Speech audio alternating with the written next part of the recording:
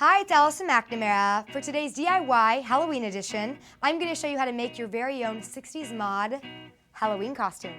I'd rather be going nowhere. Here's what you'll need: a basic black shift dress, painter's tape, white fabric paint, a paintbrush, and scissors. Today we're making a 60s mod outfit. The first thing is to find your dress. You want to look for a basic shift dress. Usually they're a little bit looser. I suggest getting a solid color like black so it's easier to paint on. Next, you need to decide on your pattern. So you can either go with a Mondrian painting, which is this style with lots of different graphic boxes, or you can go for stripes. We saw stripes on Marc Jacobs' Spring 2013 runway and at Louis Vuitton, so it's also very current for the upcoming season and a really fun costume.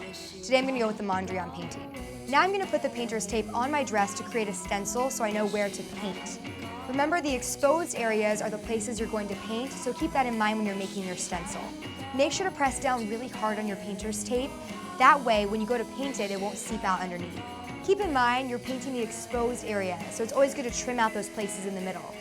Once you're done laying out your pattern, it's time to start painting. First, I'm going to paint the lines that go from top to bottom and then side to side. As you can see, it goes on really light, so this is going to take several coats. A tip to keep in mind is have your brush strokes go all in the same direction. That way the paint is very smooth. Now that I put 2 layers of paint on all my lines, I'm going to start filling in the squares. Feel free to keep using tape to create more squares to get the pattern you want. Now I'm just adding more coats of white because I really want it to be that bright white. It should be about 3 to 4 coats. Once the paint is set, peel off the tape slowly and fix any imperfections.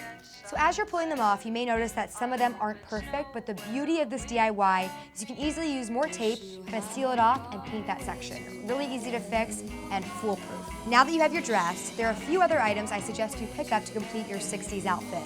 First, some bright tights. I love this bright blue. You could also go with like a bright pink or a bright green. I'm wearing a really dramatic eyelash on top and then individual lashes on bottom to kind of achieve that twiggy look. Also yellow eyeshadow, very mod.